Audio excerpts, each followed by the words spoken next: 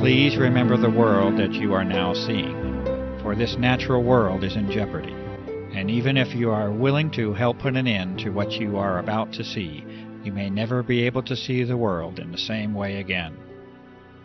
In the early part of 1999, an immense operation began, an operation using aircraft that many of us will find difficult to accept.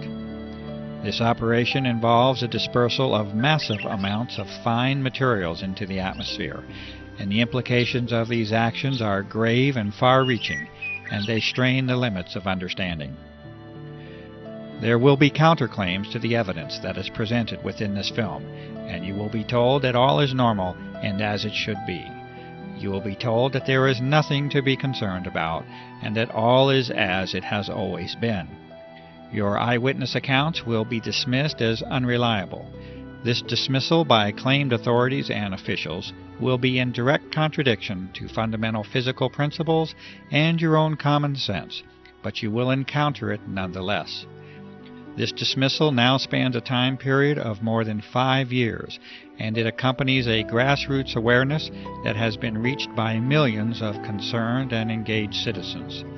From this point on, I urge you to use your own mind to reach your own conclusions on the truth of the matter.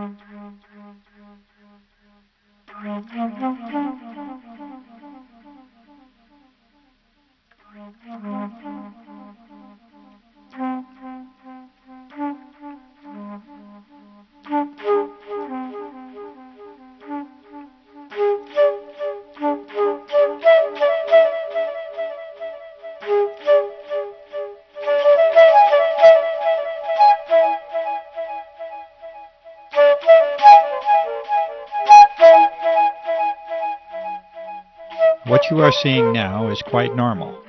These contrails are the trademark of high-altitude aircraft since the close of World War II. You notice that the condensation disappears fairly quickly, much like your breath on a cold winter day. This is as it should be, and as it has been. For those curious enough to delve into the physics, chemistry, and thermodynamics of contrails, this normalcy has a more thorough explanation. Yes, science and common sense do agree, and the balances of nature are achieved with this common phenomenon.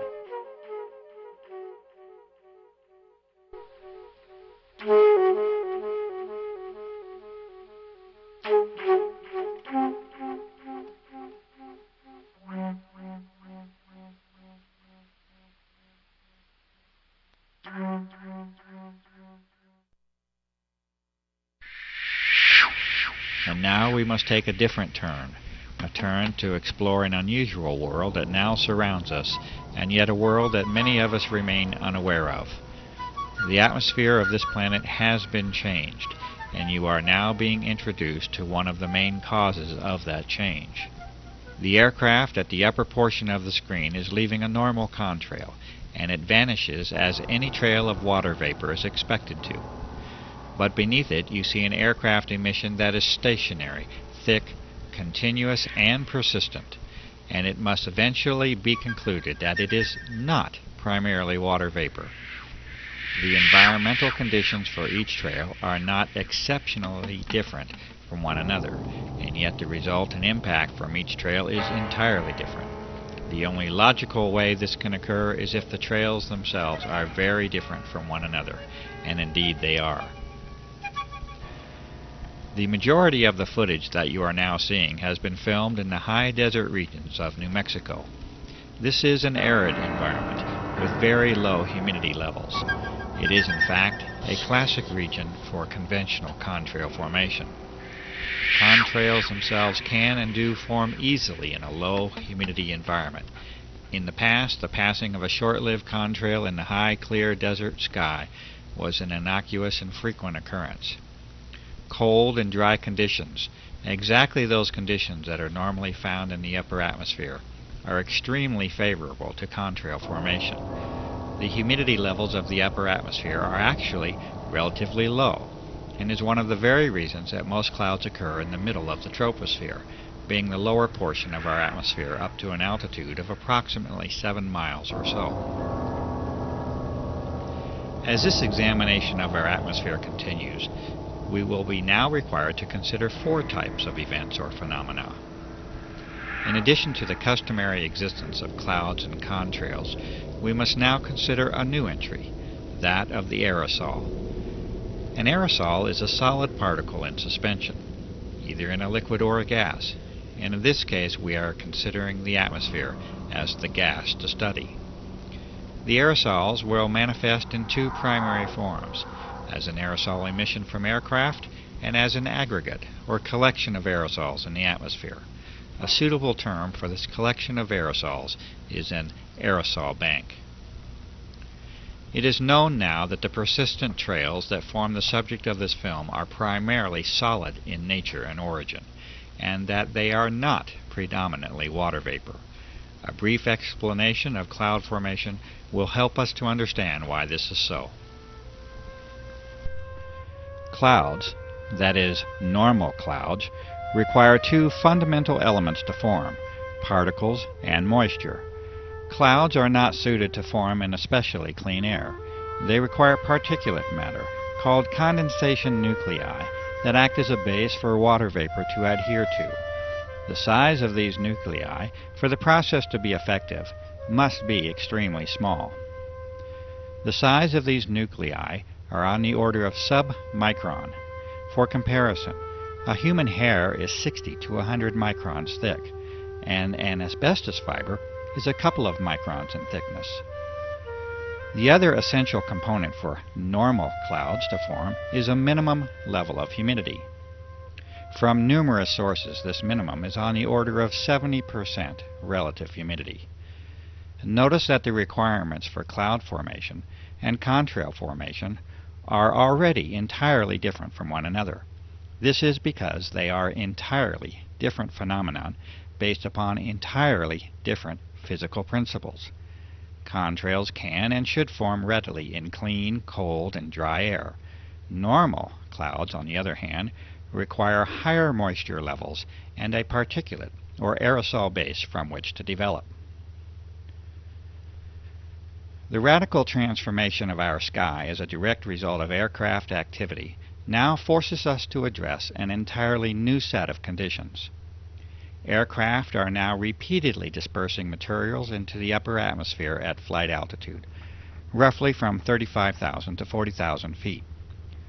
These materials expand rather than evaporate, and they usually transform into an unsightful haze that over the recent years has decreased our general visibility down to ground levels. One of the remarkable facts is that this commonly now occurs at very low levels of relative humidity, on the order of 30 to 40%, instead of the 70% or greater that is associated with cloud formation. And so we know now that these are not clouds in any conventional sense. They are indeed a unique and artificial creation that now crosses new thresholds in the atmospheric and geophysical sciences. There is one way that such a transformation can be made, and that is with the introduction of vast quantities of an extremely small, water-loving metallic salt at flight altitude. This transformation cannot be achieved with water vapor alone, and the emissions under examination are indeed not water vapor. They are solid, and they are well entrenched into your air supply. These important conclusions are at the very heart of the aerosol operations that are being disclosed here. These changes in the very atmosphere that we breathe have a fundamental impact upon the life of this planet, and these aerosol operations have many potential applications that reduce the sanctity of that life. These operations are being conducted. They are being conducted without your participation or your informed consent. They are affecting your life, the lives of those you know and love, and the very life of the planet itself.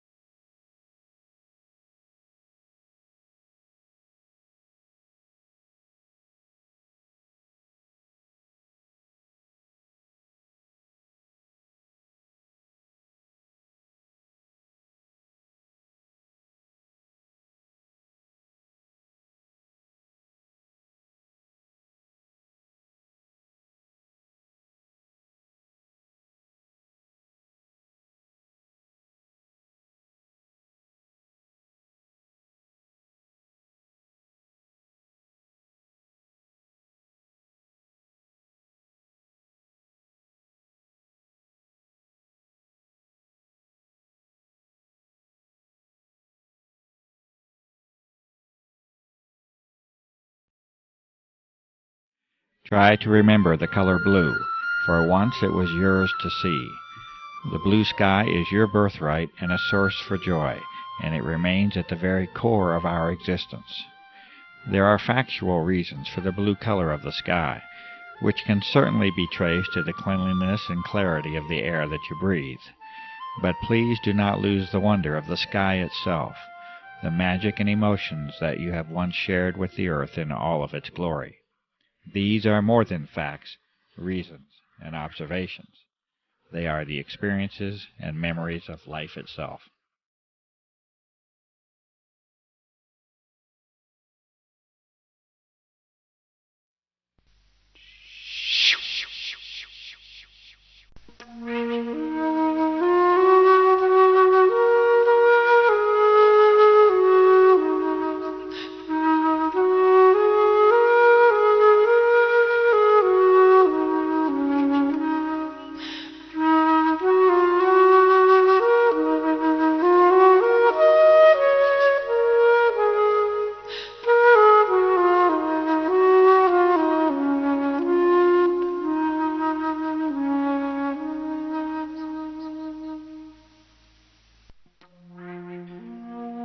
You can no longer see blue now, at least not in the same way that many of us know and remember. Your horizon has largely turned to white, and there is a very good reason that this is so. These fine, solid materials, or aerosols, are now in your way, and you will see clearly no more.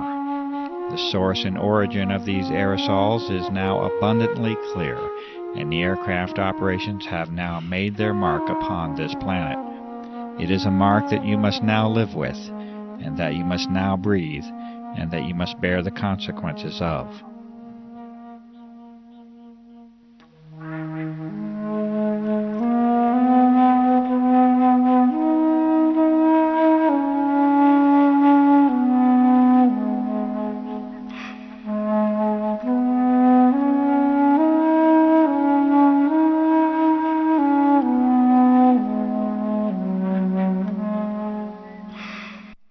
That is, unless we all become aware of the level of damage that has already been done, and unless we act together to reclaim our planet and its atmosphere.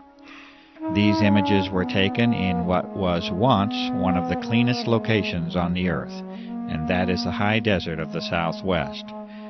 You may now see for yourself the daily reality of your existence, and it is a sad change that we have allowed to occur. Please, remember the color blue.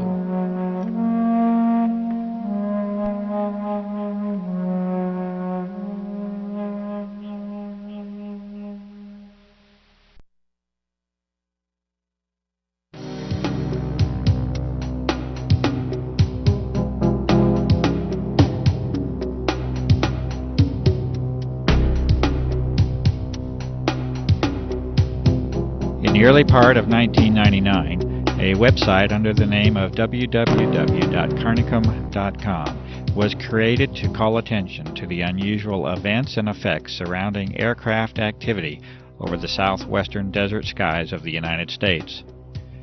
The developer of that site was a generally quiet and conservative former federal employee with no political or environmental notoriety. Within a matter of days, it was apparent that this site was immediately drawing attention from a broad host of high-level government and military agencies, defense contractors, research organizations, chemical and pharmaceutical companies, and health organizations. This interest was documented on this same site for a period of several months, by which time an obvious pattern of monitoring the developing research was apparent. Over the next few years, a glaring disparity had evolved. On one hand, a high level of monitoring of documentation, sampling methods, research, analysis, and disclosure efforts was now documented. On the other, a campaign of continuous dismissal of the significance of the issue and a refusal to investigate was conducted by those very same visitors. You are now seeing a small sample of these frequent visitors and monitoring agencies and companies, such as the Pentagon, multiple Air Force bases, the United States Senate, aircraft manufacturers, pharmaceutical and drug companies, national security, intelligence and emergency agencies, weapon and defense system contractors, research organizations, and the media. The United States Air Force is now on public record as declaring that the entire subject of this documentary is a hoax. This assertion was first made by Lieutenant Colonel Michael K. Gibson in August of 2000, when he stated that, quote, "The chemtrail hoax has been investigated and refuted by many established and accredited universities, scientific organizations, and major media publications." End quote. This assertion was later escalated when Colonel Walter M. Washabaugh in 2001 repeated verbatim the previous declaration. Colonel Washabaugh also did not opt to provide the detailed list of the refuting parties. Charles H. Taylor, North Carolina, from the House of Representatives, has stated in March of 2000, in a response to constituent concern, that he has been, quote, "informed by the Air Force that these chemtrails are nothing more than ordinary contrails," unquote. He also states that they pose no environmental hazard or risk to human health, and that we can be assured that he will continue to monitor this issue. Harold Halsness, from the Office of Secretary of Defense, and in response to a direct inquiry to former President of the United States, William Jefferson Clinton, in January of 2000, states that he is familiar with some of the reports on this issue, but that he finds them unsubstantiated by the facts. In addition, assurances offered that there is certainly no cause for alarm.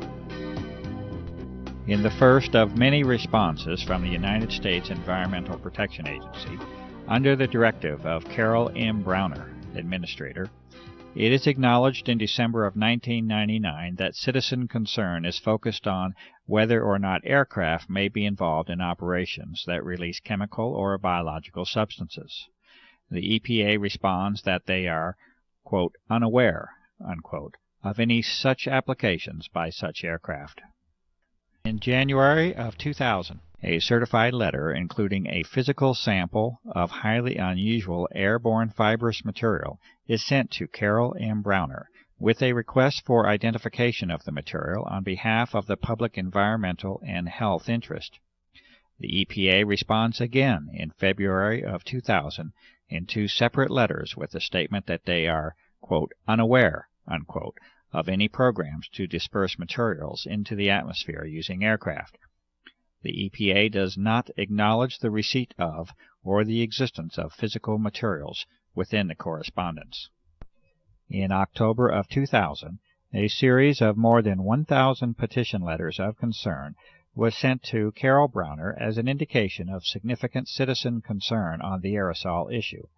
The EPA responded once again in December of 2000 that they continue to remain, quote, "unaware," unquote, of any aerial application of chemical or biological substances that may have an adverse effect upon the population. After a period of approximately 6 months, the EPA continues to take no action regarding the identification of the physical sample under their custody, and no acknowledgment of the receipt of that sample is made. The discovery of unusual biological components within that sample by independent researchers heightens the concern for identification of that material. In response to an inquiry from Senator Jesse Helms of North Carolina to the Environmental Protection Agency, Region 4, the EPA once again responds with the phrase of choice, that is, the EPA is, quote, not aware, unquote, of any programs to disperse materials on the population using aircraft. The EPA expresses its appreciation over concern about protecting the environment and is hopeful that their reply addresses any concerns. Greenpeace, an international environmental organization, when contacted regarding the aerosol issue, stated in September of 2000 that they are, quote, unable to comment, unquote, and that they do, quote, not have an official position, unquote, on the matter. In a separate correspondence, Greenpeace responded to a citizen that they are concerned about global environmental problems and that they do not have local chapters that can help with this particular situation. In October of 1999, Senator Jeff Bingaman of New Mexico replied to a concerned constituent that the Air Force has assured to him that what is being observed are simply normal aircraft contrails. It is further stated that although there may be the appearance of an aerosol operation, this is not the case. Senator Bingaman also informs the constituent that he will ensure that the Air Force will reassure people about this issue. United States Senator Richard Lugar replies to a constituent in July of 2000 that what is being observed is simply a normal contrail, as has been seen since the close of World War II. Furthermore, Senator Lugar states that the FAA, NOAA, the EPA, and academic professors have examined the claims only to find out that they have been made by disreputable sources and that upon challenge provide no evidence or data. Representative Mike Thompson of California replies in April of 2000 to a concerned individual that what is being reported and observed is simply a normal consequence of aircraft traffic, and that there is no environmental hazard or risk to health. The State of New Mexico Environment Department in September of 1999 acknowledges a number of complaints received regarding aircraft activities over the skies of Santa Fe, New Mexico. The Environment Department declares that the, quote, data, unquote, does not suggest that any illegal or clandestine activity is occurring. A scientific document that discusses the nature of normal contrail formation is included within the reply to the New Mexico resident. The citizen is advised to keep the department abreast of any concerns. The Attorney General of New Mexico, Patricia Madrid, in November of 1999, also acknowledges multiple inquiries to her office regarding unusual aircraft operations. The Attorney General declares that there is, quote, substantial evidence, unquote, that the activity and contrails are well within the range of normal aerial activity. After issuing this notice, Patricia Madrid declines to respond to 2 personal visits made to her office by Clifford Carnicom, a concerned citizen, to discuss the aerosol issue. The Ohio Environmental Protection Agency responds to a citizen in November of 1999 by stating that they are, quote, unable to complete an investigation, unquote, and that they do appreciate the concern expressed by the citizen about the environment. The ABC News 2020 investigative journalism staff respond that, quote, unfortunately, unquote, a request for examination of the aerosol issue was not chosen, and that 2020 thanks the citizen for thinking of them and being in touch. And in June of 2001, 1.5 years after the original submission, the United States Environmental Protection Agency acknowledged the receipt of the unusual fibrous physical material. This acknowledgment followed a Freedom of Information inquiry on the topic submitted by a citizen. The EPA refused to identify this sample, stating that it, quote, was not the policy of this office of EPA to test or otherwise analyze any unsolicited samples of material or matter.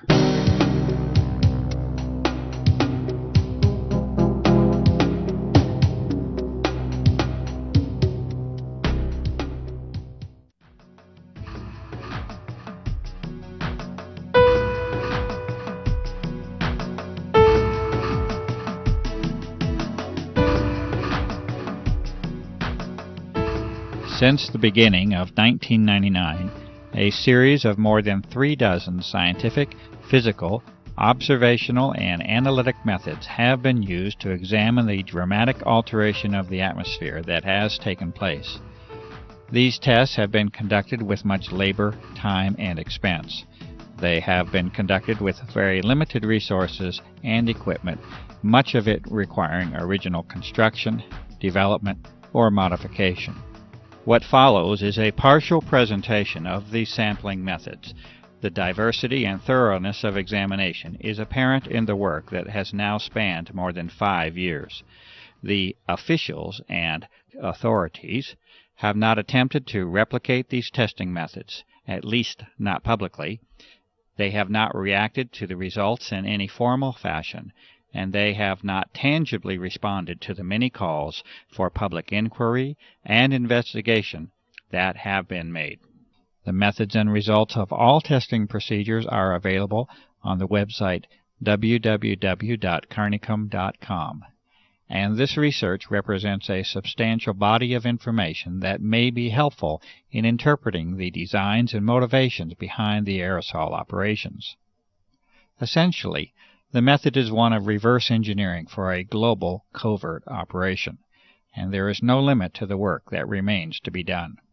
These findings, conducted for more than 5 years, are offered to the public. These studies begin with an examination of contrails themselves, a very common and ordinary phenomenon involving the freezing of water vapor into ice and their subsequent dissipation through evaporation and mixing. Meteorological studies of contrail formation and cloud formation have been made. Visibility standards and their reduction from a maximum of 40 to 10 miles have been called to attention. A study of pH, or of acid and alkalinity level, of rainfall has been conducted by a network of concerned citizens across the country. Highly unusual statistical results are present in the vast majority of these studies. Telephotos have been captured in the earlier phase of operations that directly show emissions from aircraft that are in complete defiance of any normal contrail formation. These unusual emissions are not a result of environmental conditions. They originate from the aircraft and can be shown in these cases to have no dependence upon even the engines of the aircraft. HEPA, or high-efficiency particulate air filters, have been used in various states to directly filter the outdoor air in repeated tests. Some of the materials found include the repeated presence of unusual filaments, a gel formation, crystals, and powders. Extraordinary levels of particulate materials have been directly observed and recorded using simple methods discovered by citizens across the country. These methods include the corona of the sun and extremely powerful lamps. Caution with the solar method is especially advised. These observations have been taken under the most ideal weather and air quality conditions, and they nevertheless provide alarming and direct evidence of the substantial changes that have occurred in our atmosphere. Rainwater samples have been distilled to concentrate any solid materials or particulates. Metallic-based materials are evident upon observation. Unusual airborne filament samples have been collected from a variety of locations across the nation, as well as the globe. These fibers are highly unusual in their properties, and any claims of being simply spider webs cannot be substantiated. Samples of these fibers have been sent directly to the Administrator of the United States Environmental Protection Agency. Subsequent observation of these fibers under the microscope produces disturbing results, including the occurrence of unusual biological components. The United States EPA has refused to identify these fibers.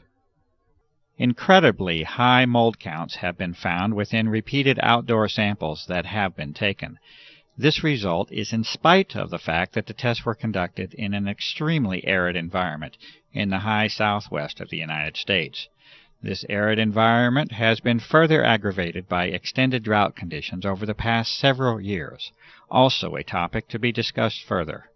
It is a fact that particulate matter in the atmosphere acts as a transport mechanism, or delivery system, for other materials, including biological materials that can piggyback onto the solid materials.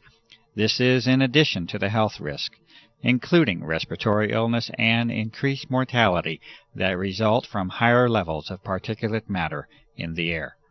It is also a fact that must be reported, despite the disturbing and alarming implications, that unusual and unexpected biological components have been repeatedly identified in a variety of atmospheric samples across a wide geographic area using a variety of techniques.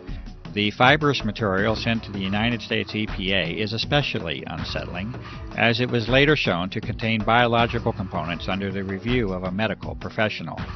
For those who might think that biological aerosols have no precedent, it might be worthwhile to read carefully the documented U.S. Senate hearings held in 1977, entitled Examination of Serious Deficiencies in the Defense Department's Effort to Protect the Human Subjects of Drug Research, along with the contractors that are enumerated within that report.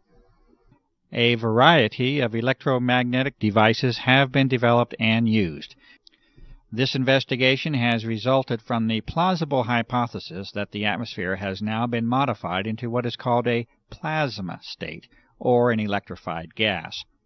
Testing has produced a variety of indications that this hypothesis is indeed correct, and that the atmosphere is regularly being used for electromagnetic applications. ELF energy is of special concern because of its direct connection to the health aspects of the electromagnetic nature of human beings. Artificial pulse energy appears to now have been detected on a variety of occasions, and evidence indicates that it is now a part of our unseen environment. Electrolysis methods have further confirmed the existence of unexpected ionizing metallic salts within our atmosphere. Radar anomalies also continue to point to the presence of an altered electromagnetic environment. The testing and sampling methods and results that you have just witnessed are necessary due to the abject failure of the public environmental authorities to respond appropriately to the many requests for investigation that have been made by countless citizens. The responses of the so-called officials and authorities has already become painfully apparent.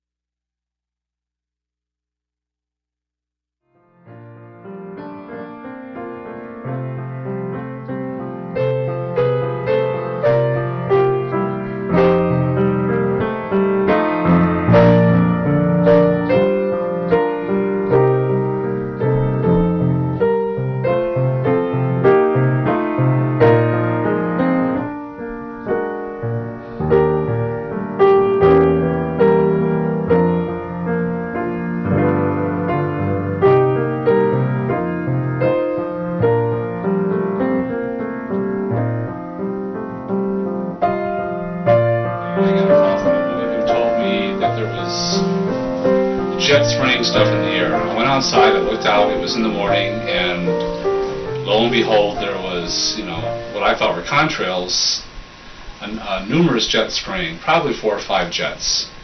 The contrails were not dissipating, they continued in the air, and I watched. Actually, I was horrified because I'd never seen anything like this before, as it continued all day long. And the result was, within a couple hours, the entire sky was totally blotted out with this messy white haze. I started documenting after I discovered that nobody was paying attention, and that even people who would look up and acknowledge that they see the same thing, they weren't at all concerned about it. They didn't think that it was anything of importance. And when I moved to Santa Fe, one of the reasons I moved here was because of the sun and the beautiful sky that they had here. And I've been somebody who's always watched the sky. And the sky here was deep blue and beautiful, and it was something that gave me energy. It was just something that just elevated my spirit every time I saw it, no matter how bad my day was going. If I could get outside and see that beautiful sky and those big fluffy white clouds, everything was okay. And so I saw this being taken away, basically, and I didn't know what was going on, and I didn't know who was doing it or why it was being done, and I still don't know. But what I do know is that it is being done, and it wasn't natural. The jets would come, and I know enough of, I have a degree in science, I have a doctorate in science, so I consider myself to be maybe not an expert in this particular thing, but I know how to look at things, and I know that that if you pass natural sunlight through a substance and it gives off a color, it usually identifies that substance. There's no two substances that give the same color in solution. So I knew that I was looking at something that was other than water, because that would have made what we know as a rainbow. It would have pretty evenly distributed bands of color all along the spectrum. Well, because I was trying to convince people that it was actually happening and it wasn't normal, I began to try to see things that I could point out to the sky while I was with them to say, well, look at this. How do you explain this? And I learned a little bit about meteorology and the atmospheric conditions necessary for even a contrail to form and persist, much less ones that just dissipate, and found that there were no laws of physics that supported this activity, or the explanation of this activity, as a normal water vapor or frozen vapor trail. And so I came up with things like, well, all of a sudden, the jet goes overhead, and in the same sky you'll see 2 or 3 jets passing overhead, and there's nothing. You can barely see the jets because they're so high up. And other jets come into an area, and all of a sudden the white trail starts all of a sudden coming out of the jet, and then it stops, and then it starts again. And I've seen a number of occasions where they just did dashes across the sky. And stops and starts. I talked to a few pilots, and I asked them, well, how can you do this? And they, first of all, they did not believe that anything untoward was happening, and they said, well, you can turn your engine off. I said, would you do it over and over again? He says, if you're nuts, the sky's gone from a deep blue to kind of a silvery white with a little hint of blue in it. Even on the best days, when you don't see a lot of activity overhead for even a week, it never comes close to the deep blue it used to be. And I started noticing, especially by March of '99, April of '99, people were becoming very, very ill. And at the time I was working in a healthcare facility, and I was seeing a lot of upper respiratory disease happen. And over the years, I've watched more and more people come down with asthma, and you can hear it. You go into the supermarket and you find children that are 2 and 3 years old, and you can hear them wheezing. You can hear rails in their chest. I mean, this is very unusual. I still really do not know why this is happening. I mean, I've gone the spectrum. I've gone the spectrum from thinking, oh my God, they're trying to kill all of us, to maybe they are trying to protect us from cosmic radiation that may damage the planet, ultraviolet or X-ray radiation that's coming because the upper atmosphere has been rended in some way, has been torn in such a way as to let those things through. So I've been all the way from the most evil intent to the most beneficent. But in either case, I want to know. I wanted to know. I just want to know. I want someone in an official capacity to speak about it openly. Because whenever something happens, and like I said, it's I've learned an awful lot about human beings through this process. Because I insist that this is happening, that this is real, and that it's not normal. that there's something happening, there's something under the table going on that's not being talked about, and yet it's happening in broad daylight, visibly. It's affecting everybody. It's certainly, it's no longer the joy it used to be to go hiking in the mountains, to go outside to ride my bike. I've had more upper respiratory and lower respiratory and sinus infections and health problems in the last 5 years than I have in all my life combined. And so that's part of my concern, and also a lot of the people that I care about have been very ill. But in terms of, are they going to stop it because the public is concerned? Well, the public is going to have to get really, really concerned in a very, very big way. And the thing that, I mean, now that's a cynical view. A paranoid view is that, well, if the public does have a big outcry against this, well, we already know they can blatantly spray us with whatever the hell they please, and it could be, they could put us to sleep or something, they could put something in, some tranquilizers or something. We'd just be walking zombies. In a lot of ways, I think a lot of our population are walking zombies. I mean, the general lack of the ability to think critically about anything outside of one's own personal life, safety, football games, is astounding to me. The hopeful view is that they're going to stop this at some point during my lifetime so that I can see blue skies again. And you know what? I've never ever had that feeling before until this started, that there's actually one thing I want to see before I die, and that is a really deep blue sky.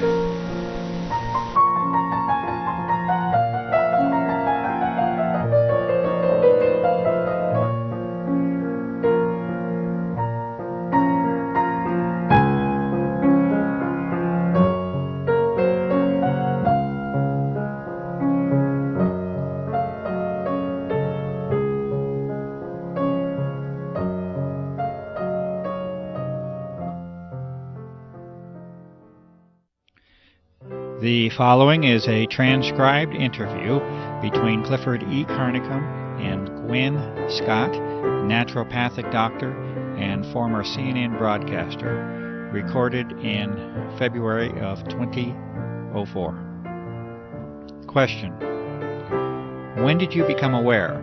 When did you find out?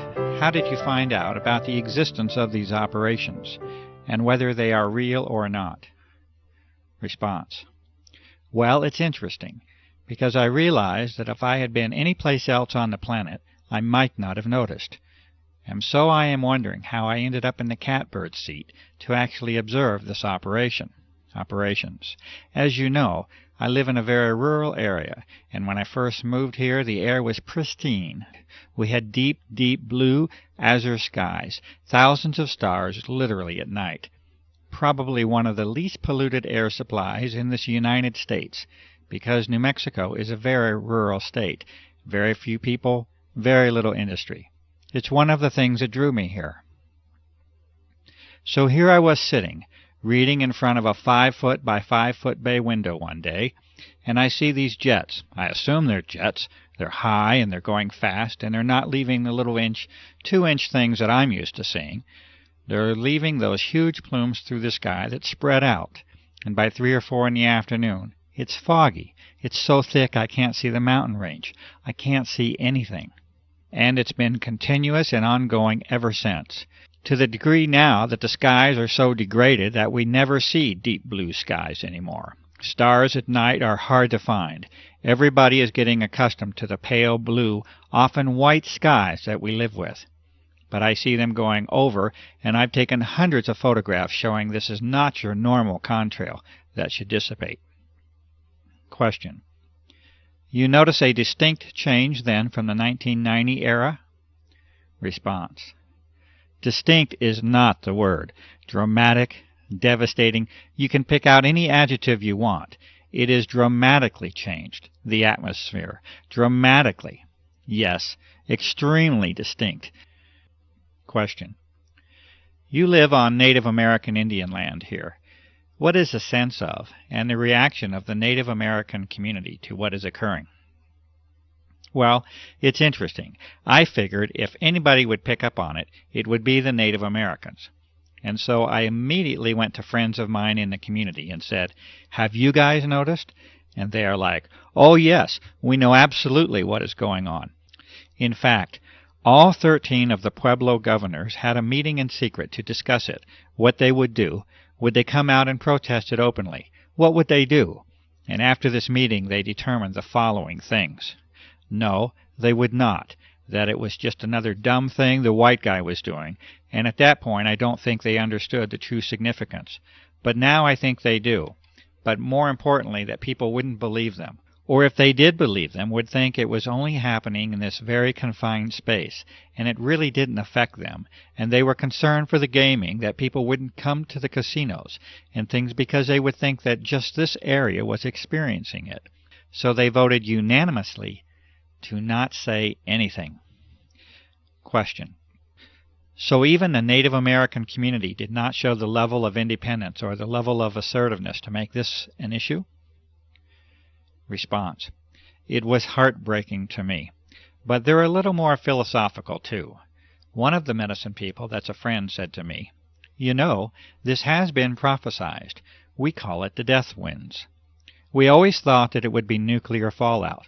But maybe this is the death winds." They have a very skeptical view anyway of what the white man's intentions are.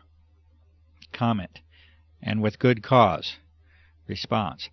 And with good cause, and with history behind it. So, and they've also lost every battle, basically, they have fought that way. But I think as more and more of them get sick, and they are, there is maybe a wider awakening that this is really, really serious.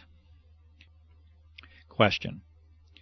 You have a background in the world of journalism, and specifically broadcast journalism. Can you talk a little bit about that background? And also the relationship of the media to what is occurring, what has failed, what has worked, any efforts that you have made to motivate the media to involve themselves in this, to cover this issue. Response. Yes, well, you and I are friends now, so you know that I was in broadcasting for 30 years. I worked for all 3 affiliated networks, ABC, NBC, CBS, in many of the larger markets, and I culminated my career as an anchor at CNN and Headline News. So the medicine part of me was kind of going along as my passion, and so I made my living and had my career as a broadcaster, and any free time I had was spent studying the medicine, because that was where my true heart lay. So I have over the years a lot of really good contacts in some pretty high places in the media. But I would imagine pretty much everybody watching this will know there has been dramatic changes in the media. Who owns the media? The quality of human now being attracted into the media. In other words, why are they there? When I started, it was mostly all print folk, and they kind of had to tell us, come on, clean up your act. This is visual. But people were coming from the old school of journalistic, afflict the comfortable, and comfort the afflicted. And you are the watchdog, and you go for that story, and you never accept the official version, and on and on and on. Most of the media and information we get now is owned by only 3 companies. When they deregulated, the FCC deregulated, they allowed these huge, like AOL, Time Warner, to gobble up. So you've got these large entities controlling all the information, whether it's film, radio, okay. So the complexion has changed, and I would say the kind of person drawn into it, when it became a place where you could make a really good living, and people would go, "Oh, I know you, you're so-and-so," it drew people with different agendas. So you don't necessarily have the hardcore, old-fashioned, get the story. I don't care if my hair is a mess, I don't care if I'm dripping wet. There's a few out there still, but for the most part. So that's that. And yes, when this started, I called in every chip I ever had. I called a very good buddy at CNN, who really assigned most of the stories. He was very high, very interested. I sent him your website, a lot of your information. He was high, yay, shut down, and I never did get an explanation. As you well know, I contacted some of our local media people. The main anchor on the local station wanted to do a story, we thought, and we shot a lot of video of the activity. In those days, it was very obvious. Now it's a little harder. You don't have the mornings where you have the deep blue sky, and then the afternoon. You get the pale blue-white sky if you're lucky. And as you well know, that story never aired. Comment. I would consider that a fairly serious dedicated effort by a media person, and yet we saw nothing come of it. Response. Nothing came of it. Exactly. As you well know, the USA Today, which is an international publication, did a story on it, but it was obviously with an agenda, basically poking fun at those goofy people who saw those things. I believe there was one or two credible people interviewed, but for the most part, the reporter started out with an agenda to sort of mock, make fun of those people who were seeing things in the sky. And if I had a dime for everybody else that they called, wrote, or begged, I could at least buy an ice cream cone. To no avail, just hitting a wall. Comment. And this was with all your connections. Response. This is with years of connections. It's unprecedented in my life. And I cannot name another story. People point to Watergate as this big watershed cover-up. I find that laughable. This, in my opinion, is the biggest story, and I approached many of my colleagues this way. This is the biggest story in recorded human history. You have an entire planet now covered with whatever, by whoever, and nobody's even acknowledging it. What the heck is going on, and how come we don't know? Question. That's the question. What could explain that level of refusal? Response. A few things, okay? A few things, to be fair. Fear. I saw that. Fear. Because the folks that get it know who's doing it, and they're afraid. Okay? They know it's something bigger than them. They know all the possibilities of who is able to put planes in the sky, that many, every day, 24/7. It doesn't take a nuclear physicist to figure out that it's not the guy around the corner. This is big. Comment. So even the journalist has that threshold that they're unwilling to cross. Response. Oh yeah. Afraid. And the few that are left who do catch on to it and say, wow, I want to do this story, like we were just discussing. They hit a wall somewhere, and I'm never told where it is. I don't know if it's the news director. I don't know if it's the station manager. I don't know who. But they hit that brick wall, and it goes away.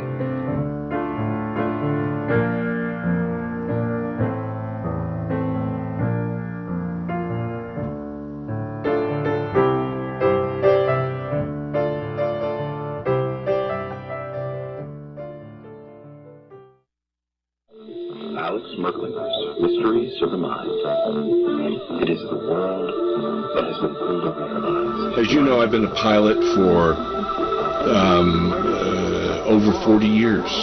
I've been flying. I stopped counting my hours at 3,500 hours, which is a fair amount. I've owned 7 airplanes in my life.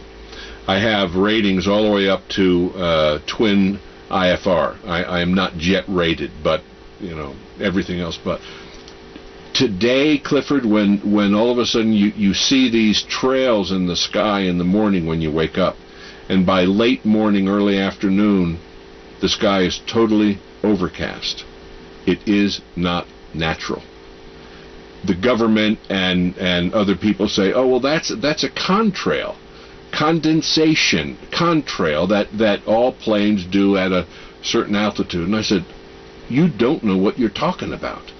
Yes, there are contrails. Go back to World War II, we had contrails, but they didn't last. This was, you know, in those days it was condensation of moisture, and then it dissipates after, I don't know, maybe depending on the altitude, maybe a minute, maybe a little over a minute, but around a minute, and it's gone. These things last all day long, unless there's a strong wind and it blows out of the way. Now it's gotten so bad, and I talk to people, as you know, all over the world, and it's happening almost every country that I'm aware of in the world. We have listeners in at least 50 countries that we know of, and people are always reporting back. If we get into a discussion or times that you have been on the show before, people come back and just report incredible experiences. They have a lot of respiratory problems. They never had that before. People are having a lot of sinus problems. They've never had that before. And it's always after they have been inundated with some of these sprays. You also asked about, how do people feel about it? They are extremely concerned because there seems to be something that is happening that is affecting them physically and in some cases even emotionally and psychologically. So there is a drastic change in what is happening around us in 5 years, 5.5 years. And people have never seen this or experienced this before.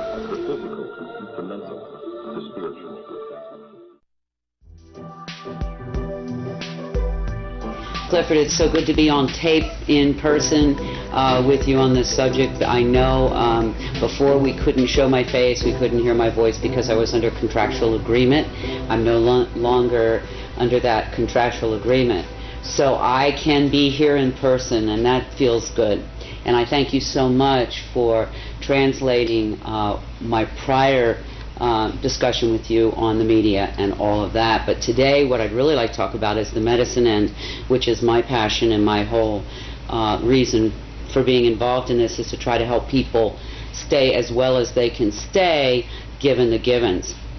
I also want to say something that's very important to my heart, is that I am deeply patriotic. That's all I really want to say. Never thought I'd live to be seeing these times. As you know, recently information was brought to us that's critical in terms of health.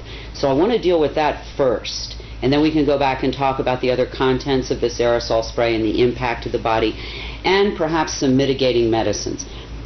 We have found out through a very credentialed research doctor that perhaps what we're seeing occasionally show up in our air supply is a fungus. The reason this is so critical is apparently this fungus dramatically compromises the immune system by consuming those nutrients the immune system uses to repair and rebuild.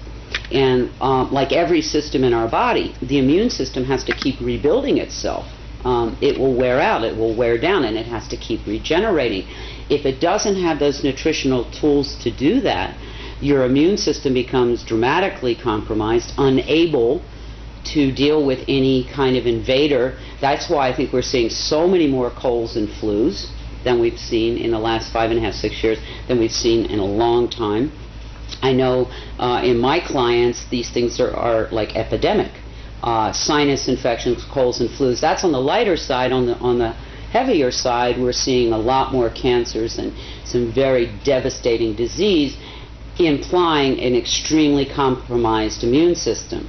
Part of that has to be this fungal kind of invasion, because, as I said, this fungus eats the nutrients that the immune system uses to rebuild itself.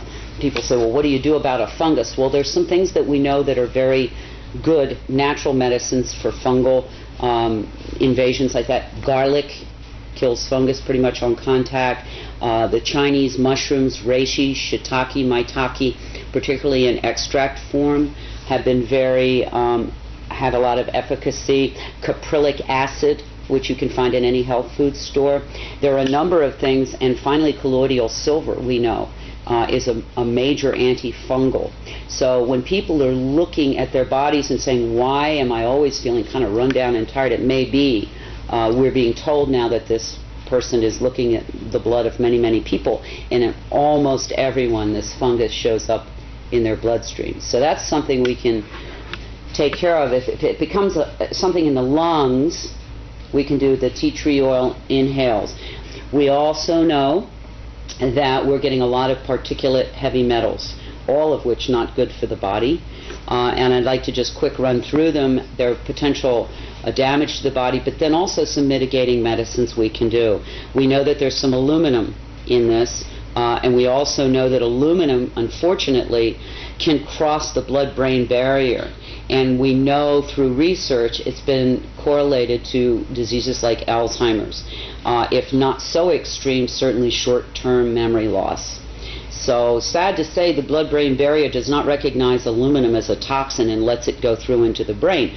The good news is, if you have enough what are called essential fatty acids in your system, your brain has the ability to take that metal, aluminum, and push it out of the brain into your hair.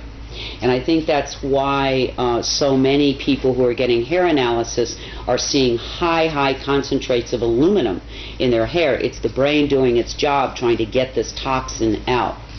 Some good essential fatty acids that you can consider are flaxseed oil, evening primrose oil, and most recently brought to me very profound is krill, K-R-I-L-L oil.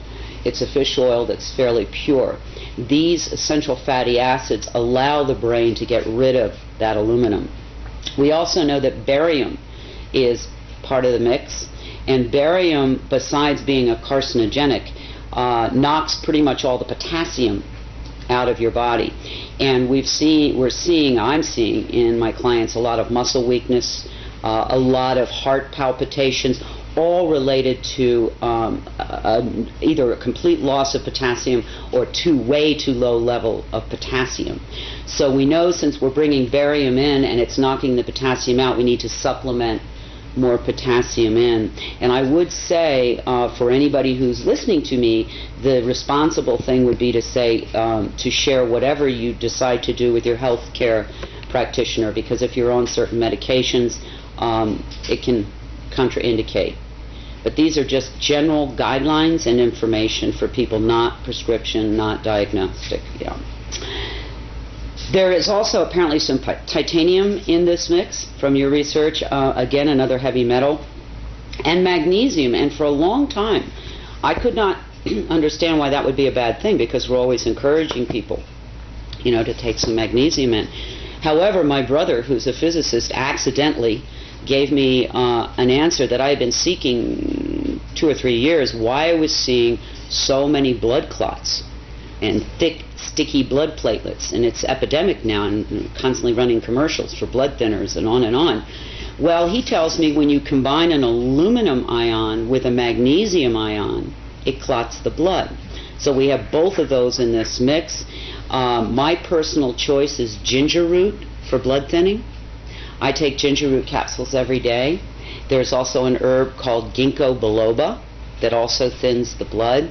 But this is a very important cautionary. If anybody is on a pharmaceutical blood thinner, do not add in any of these other remedies, because you can get your blood so thin that if you cut yourself, your blood won't clot. So it's dangerous. So if you're on any pharmaceutical blood thinner, do not add in ginger root and ginkgo biloba and those kinds of things. But if you're not on a pharmaceutical, these are good natural things you may want to consider in terms of thinning the blood. And then there's I get this question all the time. People say, well, what can we do, to mitigate some of this? I mean, it's in every breath I take. That's something I think it's hard for people to understand. This is not something previously I could say to people, please don't eat margarine. Please don't drink tap water. These things are not good for you. I cannot ask people not to breathe.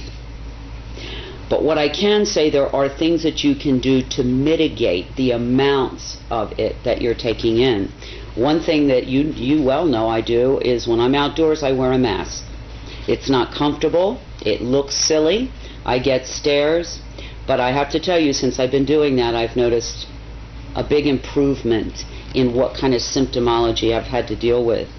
Also, there is a very good all-natural substance called diatomaceous clay that has the unique property of attracting heavy metals to it, then binding with them and allowing your body to then send it out through your bowel. In most health food stores, you can find it under the name of bentonite. You have to make sure, though, this diatomaceous clay that you're taking in is food grade, because they do have diatomaceous clay at the nurseries, and that's not pure. But if you go to your health store, or if you know somebody who has food grade diatomaceous clay, that is something I do daily to try to begin to remove these metals, because all heavy metals are detrimental to the system. Again, flaxseed oil, krill oil, the omega-369 oils, very important, particularly for brain function during these times. Potassium supplementation. And another epidemic is sinus infections, and that colloidal silver nasal spray I use, and I've had a lot of friends use it, and it's very effective with helping to clean up those sinus infections caused, I'm sure, by all these particulates. I don't know if you know, one of the top respiratory specialists in the United States was recently on the Today Show. He's written a book called something about the breathing crisis in this country.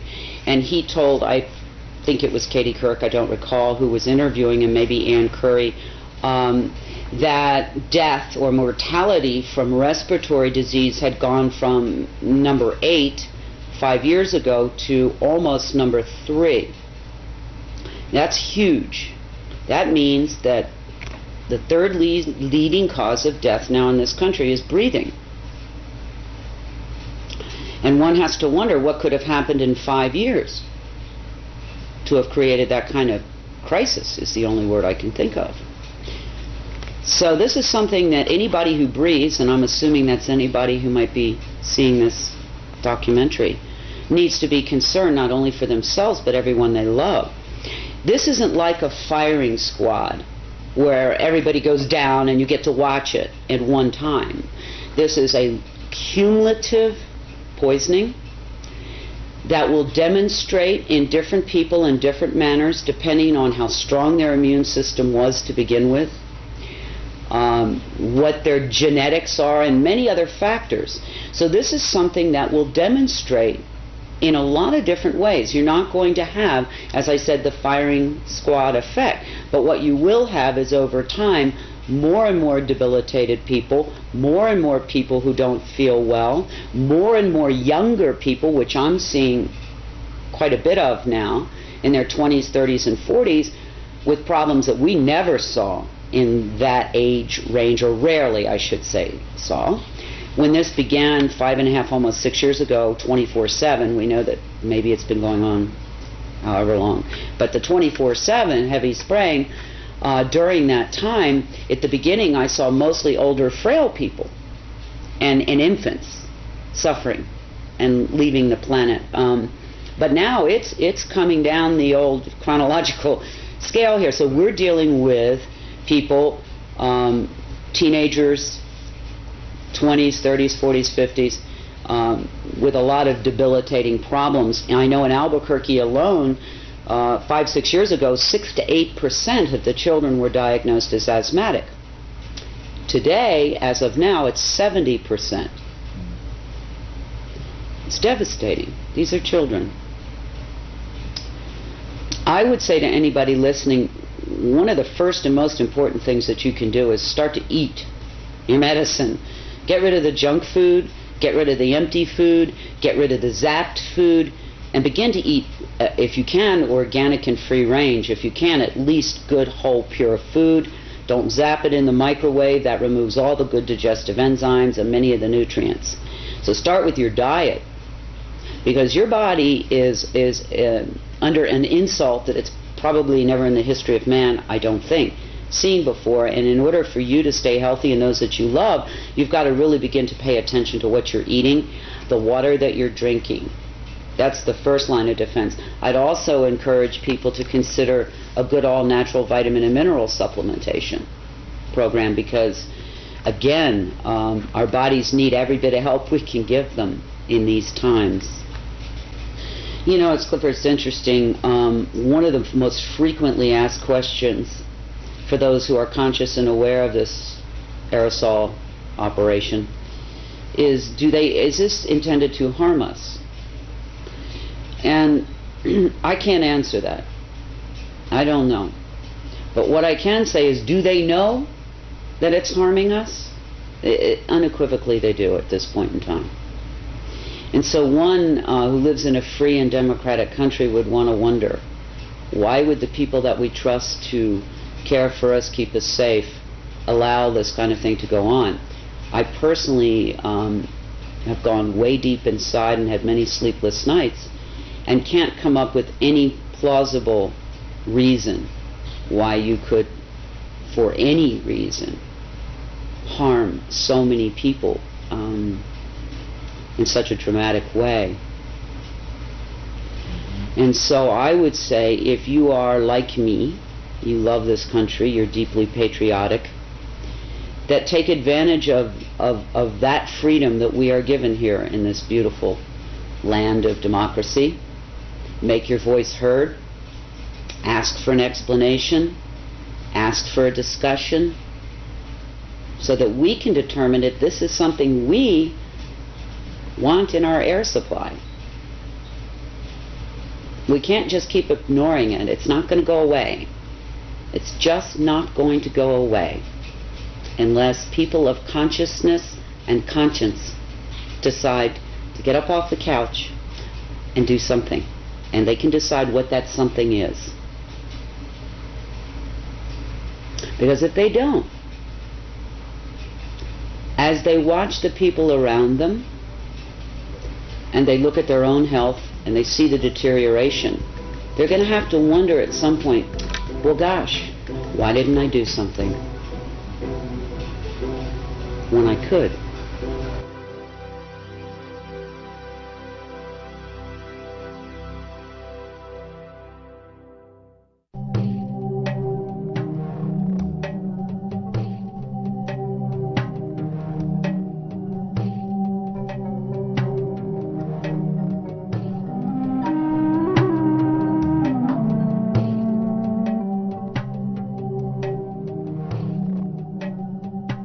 After confronting the reality of the changes that have been made to the planet, it is a natural question to ask, why?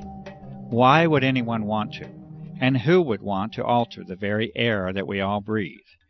We may never know the true answers to these questions, as the evidence is now clear that the aerosol operations are a covert operation, an operation that is never to be openly discussed or disclosed using the traditional channels of a free and democratic society, an operation that will never ask for your consent or for your participation, and that will be conducted regardless of your concern. The answers, especially as to why, do not appear to be simple or restricted to a single purpose. The more that is understood about the nature and potential of the operations, the more complex the picture appears. What can be done, however, is to use the vast body of evidence that has been collected at a grassroots level to make interpretations that are at least consistent with this data. This has been done, and there are now 5 major areas of endeavor that are in agreement with the observations, data, and analysis that extends for more than 5 years. These are: number 1, environmental engineering, modification, and control; 2, electromagnetic operations; 3, military operations; 4, biological operations; and 5, planetary and geophysical change itself. These areas are not mutually exclusive to one another. There is an overlap that can make it difficult to discern where one program may start and another end. It is quite possible that any, and indeed likely that many or all of these operations are being conducted concurrently. What can be done within this brief segment is to explain how and why these types of programs are consistent with the broad spectrum of evidence that is now available to examine. First, with respect to environmental engineering, modification, and control. The evidence now shows that the very physical nature of the atmosphere has been changed. The best information leads to the conclusion that a hygroscopic, or water-seeking salt, is a dominant component of the aerosols that have been introduced. It is also an observation that has been confirmed over and over, and this is that the operations frequently, if not usually, are conducted in advance of approaching moisture and storms. These salts have the usual effect of locking up that moisture with the solid particles, and to generally reduce the impact of, frequency of, and the amount of moisture that reaches the ground. This is one of the simplest interpretations that can be made that is supported by countless observations, and this is that the moisture levels of weather systems have been altered. It may be no coincidence whatsoever that drought is now commonplace and widespread, and that the moisture of the planet is becoming an increasingly precious and sought-after resource. There are those who make claims that the aerosol operations have an intended, benevolent objective to mitigate the effects of global warming. It is also apparently accepted within that same claim that it is best that such an intention not be internationally discussed in public, and that you are best off not knowing about it. Unfortunately, the data does not support the contentions of benevolence that have been made, and in fact the majority of the data can be considered to have detrimental and potentially disastrous consequences to the life and ecology of this planet, including humans. Furthermore, the vast majority of elements and substances under examination will actually increase the heat levels of the lower atmosphere rather than decrease it when they are placed into it. This is exactly what the observations themselves support, and that is that drought conditions are exacerbated and aggravated by the introduction of the aerosols and not mitigated, as many might choose to believe. In addition, there are many more complicated aspects of environmental control that are possible with the use of conductive aerosols, including the modification of the electrical nature of the atmosphere, as well as thermal instabilities induced by interactions with the magnetic field of the Earth. Storms depend upon the electrical exchanges that take place within the atmosphere. Lightning is the result of electrical imbalances that occur in the electrical fields between the Earth and the atmosphere, altering the collection and distribution of rainfall, interfering with the electrical exchange of energy and producing thermal or heat instabilities. All of these point to a very realistic assessment that environmental modification and control is likely a fundamental agenda within the aerosol operations. The United States Air Force has publicly disclosed a doctrine of owning the weather by 2025, and many have good reason to believe that such objectives have in part already been accomplished. This brief introduction to this topic only considers impacts upon the atmospheric shell, literally an eggshell of life that surrounds this planet. Understanding the full environmental impact, including the soil, the seas and lakes, the flora and fauna, the agriculture that sustains us, can only lead to an ominous portent of environmental change that we must pay the price for with our apathy.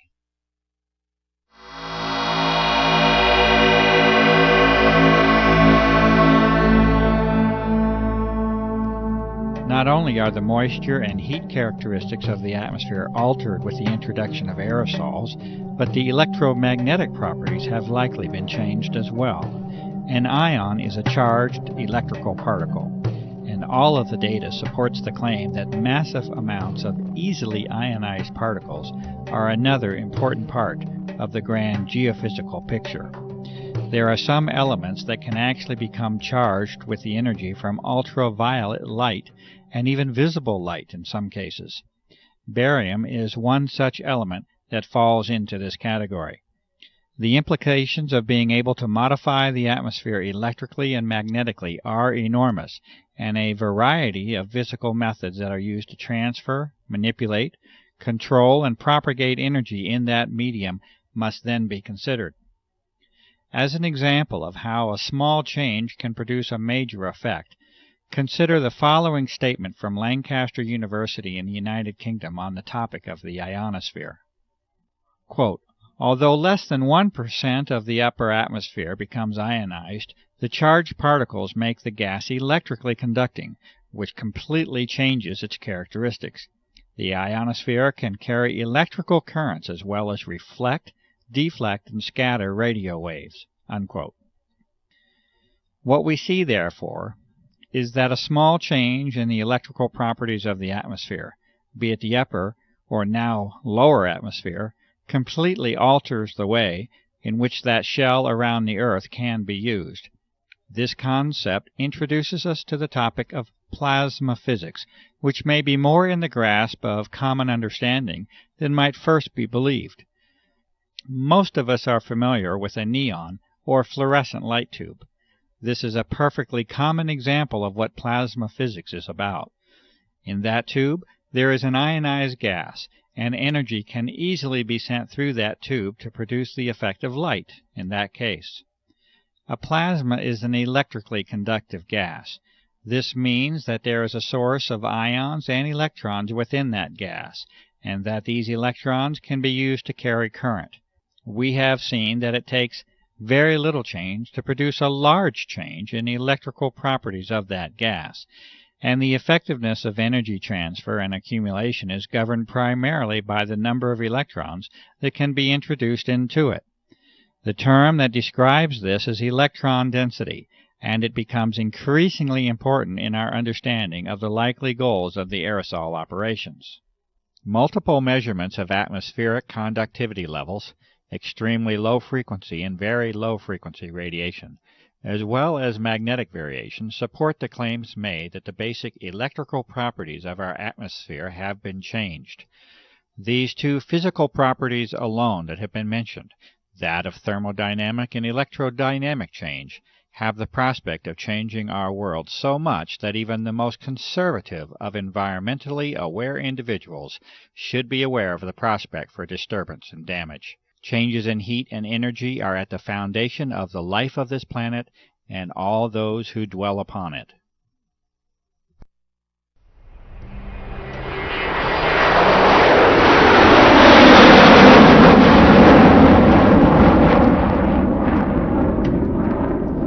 It is a necessary, logical, and natural extension to our discussion of applications to include the almost inevitable role the military assumes within them.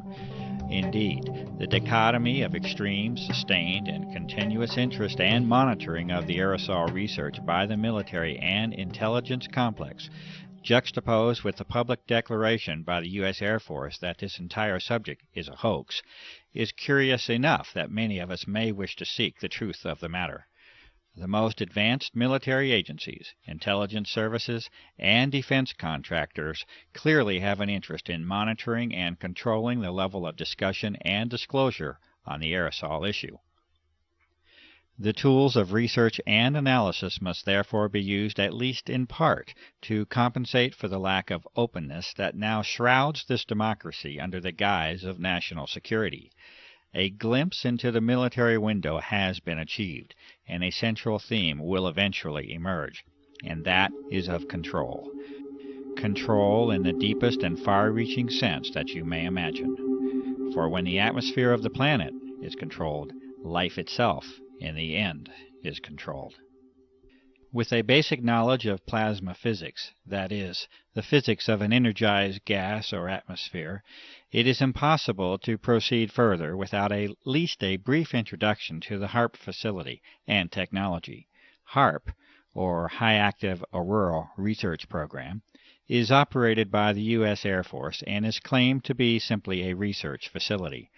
The stated purpose by the Air Force for the HAARP project is that of a scientific endeavor aimed at studying the properties and behavior of the ionosphere, with particular emphasis on being able to understand and use it to enhance communications and surveillance systems for both civilian and defense purposes. It may be this, and then again, it may be more than simply a scientific endeavor. It may also be enlightening to consider United States Patent 4686605 by Bernard Eastlund in 1987 entitled, A Method and Apparatus for Altering a Region in the Earth's Atmosphere, Ionosphere, and or Magnetosphere. There are many who have sensibly concluded that this patent essentially represents a blueprint for the HAARP facility as it has been constructed. This patent makes mention of numerous objectives and methods of operation that far exceed any scientific endeavor alone, and references the work of Nikola Tesla as a source of historical contribution. The amazing inventions and achievements of Tesla with respect to energy transfer and amplification, including the use of the atmosphere as a medium for sending energy from point A to point B, are well documented. The documents of Tesla were eventually confiscated at the close of his life, especially as they related to military matters, and he is generally now accepted as an unrecognized genius. The current incarnation of ionospheric heating is able to, according to Mr. Eastland, put unprecedented amounts of power in the Earth's atmosphere at strategic locations, and to maintain that power level with the pulsing of energy. This patent also recommends the use of large clouds of barium so that ionization by sunlight will increase the electron density within the plasma environment. Testing and analysis does now positively indicate the presence of unusual levels of barium, a toxic element, within atmospheric samples. The amount of power inherent in the design of the HARP project is further indicated by Mr. Eastland stating that the present invention can be formed to simulate or perform the same functions as a detonation of a heave-type nuclear device without actually having to detonate such a device. A heave weapon has the effect of lifting the magnetic field of the Earth itself and involves the expenditure of massive amounts of energy. The patent is further stated to have numerous military implications, including the enhancement of or interference with communication and guidance systems, including those of airplanes and missiles, radar interference, missile destruction, weather modification, material transport of micron-sized particles, and molecular change of the atmosphere are each mentioned as further applications of the patent design. The executive summary for the HARP project also specifically mentions forcing the descent of particles from the atmosphere toward the ground using ELF radiation from HARP. Clearly, environmental modifications, the electromagnetic transfer of energy, and military operations of global impact are already in sight from the existence of these aerosols within our atmosphere.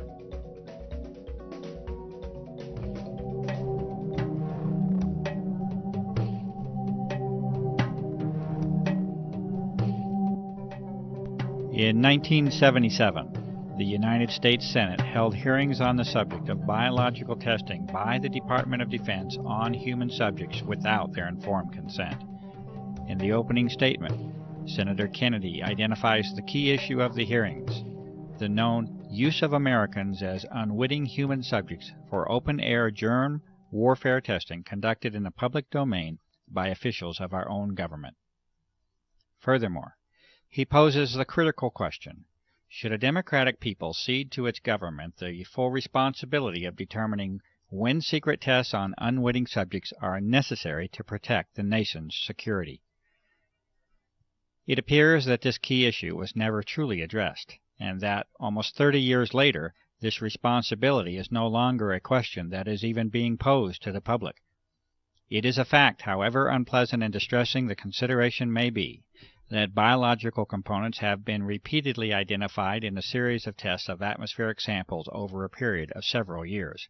The U.S. Environmental Protection Agency has refused to identify physical material that has been demonstrated to contain biologicals of this same form.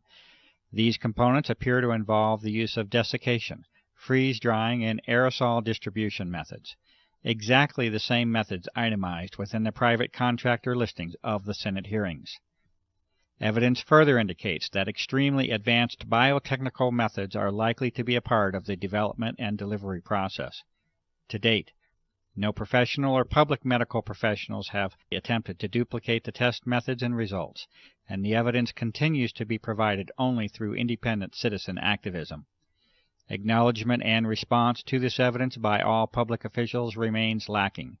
There is currently no prospect of government hearings on the aerosol issue, and the reality of the evidence continues to be denied by public officials.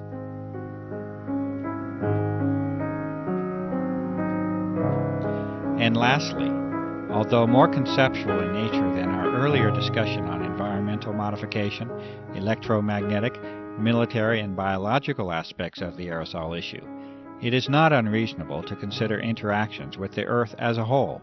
It is not impossible that there may be connections between the energy levels of this altered plasma of the Earth and geophysical processes, including Earth changes. There has been increased attention in recent months by prestigious scientific organizations, mainstream media, and the Defense Department itself on dramatic Earth changes that are foreseen in a not-too-distant future.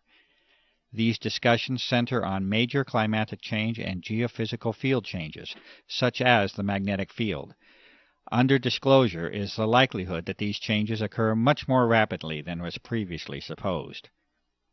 It is at least a theoretical reality that a plasma sheath around the Earth can accumulate energy. This originates from the combination of increased electron density and low-frequency energy propagation. There are many questions that can be asked as to how and if this energy can be harnessed to affect the Earth. The many abnormal Earth changes already on the record during the recent years certainly offer a motive for examining the energy transfer between the Earth and the now altered atmosphere.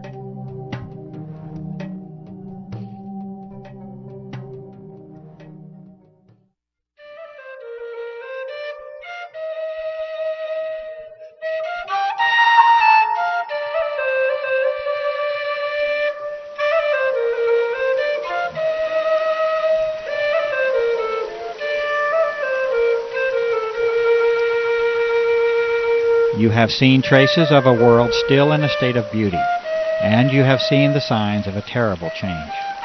It will be for you to decide if the claims of this documentary are true or not. You have seen the distinctions between what mankind has known for decades to be in harmony with our surroundings, and that which is a product of our urge for technological supremacy over nature. You have seen a clear sky, this blue that was but is no more. The sky that has been taken away from us all. You have been confronted with assertions of operations on a scale never seen before in the history of mankind, and you have been shown evidence that aircraft can alter and have altered the fragile envelope for life that we call the atmosphere. You have seen science and sampling applied to the problem over and over at the grassroots level. Numerous methods have been demonstrated that show artificial and deliberate modification of the atmosphere, including its chemical, thermal, electromagnetic, and physical properties. There are detrimental effects that can be anticipated and that have been observed as a result of these changes in our air, and we must all accept the consequences of the toxic environment that has been created. The health of our home and lives have been sacrificed in the search for dominion and control. You have witnessed a high level of interest in the subject of this documentary by the military branches at the highest level, the intelligence services, the chemical industry, research organizations, defense contractors, bioengineering firms, and the pharmaceutical complex. You have heard the responses of the public, government, and even environmental organizations in response to the innumerable requests by the public for investigation. These responses repeatedly revert to describing phenomena that are normal and commonly observed, while denying and dismissing the extraordinary observations that sensible and reasonable citizens have called attention to. There has been a sustained campaign to ridicule and discredit the cumulative efforts of years of research, activism, and devotion by countless individuals acting from the motive of concern for the health of this planet and its inhabitants. A free and democratic society, if it is to continue to exist, must be able to openly discuss the benefits of technological and military supremacy against the deleterious impact upon the environment that we as global citizens must share. Divine rights of humankind must assume their rightful place amongst the individual nation's right for military security and secrecy. You have heard the responses of only a few citizens and professionals who state their sensible concerns about the impact of the aerosol operations upon our environment and our health. The lack of time prevents the presentation of the awareness that is now known to be shared by a grassroots network that conservatively must include millions of people. The extent of this awareness across national boundaries is apparent, and this network is of global proportion. The control of media information by relatively few corporate interests appears to be a significant factor in the restriction of honest and open public discourse on the aerosol issue.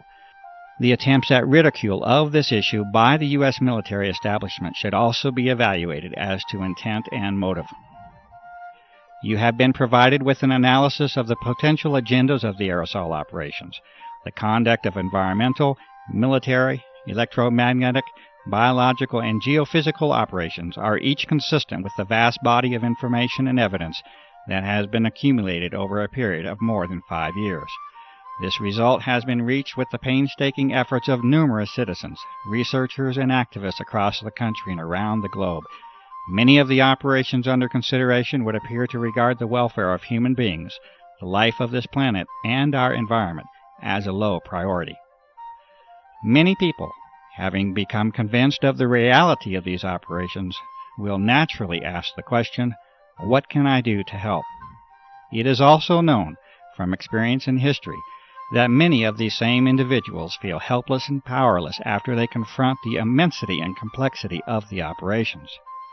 They also often become disillusioned after encountering the predictable and disingenuous responses of our public servants. It is also known that the traditional methods of dissent and activism are no longer working, and the political process is failing in a constitutional sense. Petitions have been signed and disregarded. Appeals for investigation are dismissed. Calls for media involvement lead to crafted articles of ridicule. Even the legitimacy of the voting process itself is in question. There is no comfortable, reassuring, and simple answer that can be given to you. This is the reality that we must face. It is expected that any success will eventually result from an enormous groundswell of grassroots activism and open public protest. At the current rate of progress, a timeline of decades can be projected before we reach the level of influence that is needed. The sober counter-reality is that the health of this planet is not likely to give us such a generous allowance of time. Our atmosphere is our lifeblood, and like the proverbial frog in the warming pot of water, we are acting obliviously to our own demise.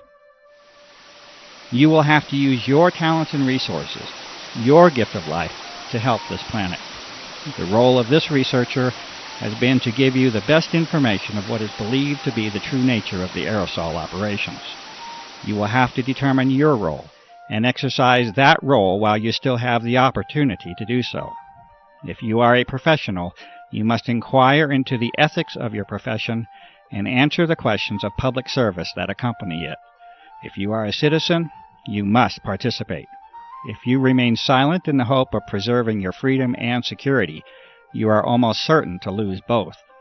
The doctor, the journalist, the scientist, the lawyer, the politician, the environmentalist, the activist, the author, the filmmaker, the fundraiser, the organizer. You must all assume your roles openly, publicly, and quickly to offer any real hope for our survival. I make this appeal to you. This documentary is a not-for-profit venture.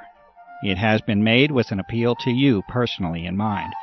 It may be freely copied in its entirety and distributed. No individual is permitted to distribute this documentary with a profit motive. It has been created for the benefit of the public. Please help us to restore and regain the world that you know can exist.